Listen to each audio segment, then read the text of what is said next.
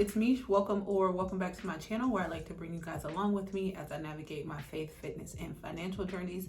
So today is day 16 of the 21-day financial fast that I am on. And today's chapter was all about being a caregiver for those in your immediate family or sometimes your extended family as well. And this is a topic that I am nowhere near really tackling, hopefully, but at the same time, every time I come across it, it's definitely something that I do take into consideration. And then also too, I know I have quite a few coworkers who are at that stage in their life where their parents are a little bit older. Some of their parents actually live with them. Some of their parents live in an assisted living type of situation, and through the struggles and trials that they've been through, that they've passed along to me, and the cost of certain things. And then also too, like even those that live at the assisted living, like still just being present, and then being of support and help to those actually going through that. So just hearing them is something that always makes me like, hey, when we get to this point, it's just my mother now. So it's just like, I want her to at least have those options being, if she wants to come and stay with me, she might want to stay with my brothers and sisters, but I'm the favorite, so she might want to stay with me. No, but if she wants to come and stay with me, if she wants to be out on her own, and then also too, like what that looks like from family dynamics.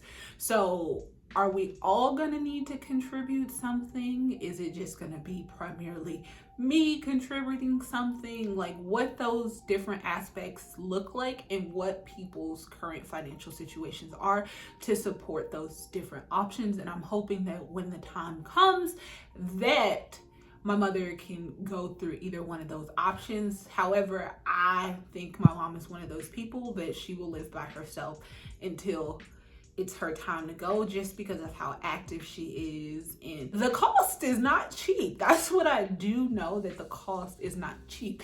And especially if you want to be in a home where there's all these different amenities and all these different like outings that they actually take the residents on and stuff like that. Like some of those are costing like $3,000 a month, realistically.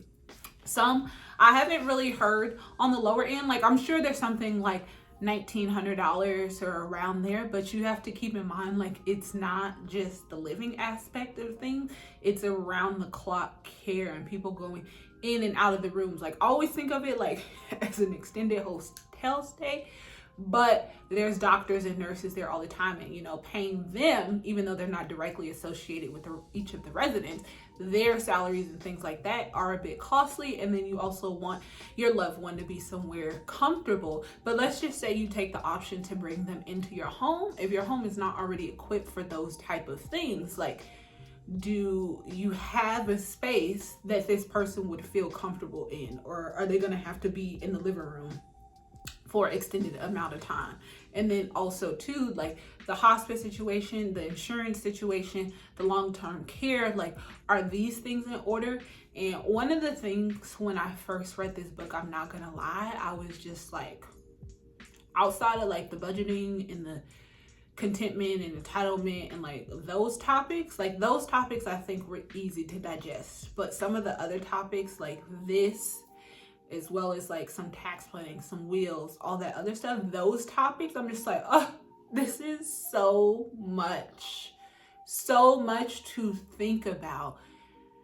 And it's just like, I hope that you have someone there to think about those things with you and the burden isn't placed on you. But also too, these aren't easy conversations to have with your loved ones. So what that looks like, bringing up certain aspects, what you can truly afford and what options you truly do have for someone should that time come. And then also just having the conversation sooner in life when the person is in, their right state of mind, and you guys can really sit down and talk about things, to be like, this is what I would want should these things come about. Because I know like if something were to happen and this person, wasn't all that verbal anymore, or they're not really in the position to have certain conversations with them.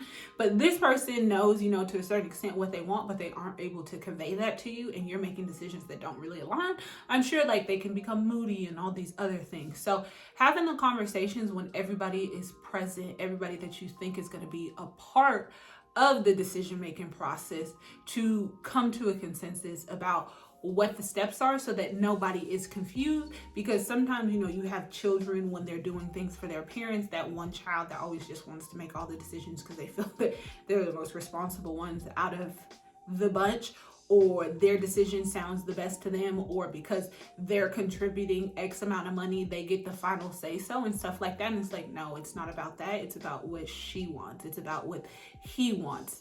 And then coming up with the best possible route to get there. But I hope that this chapter was helpful for you guys. And if you guys happen to be taking care of someone, are there any tips that you can leave for the rest of us? But as usual, I want you to take time to enjoy your own journey, and I will catch you guys in the comments until the next video.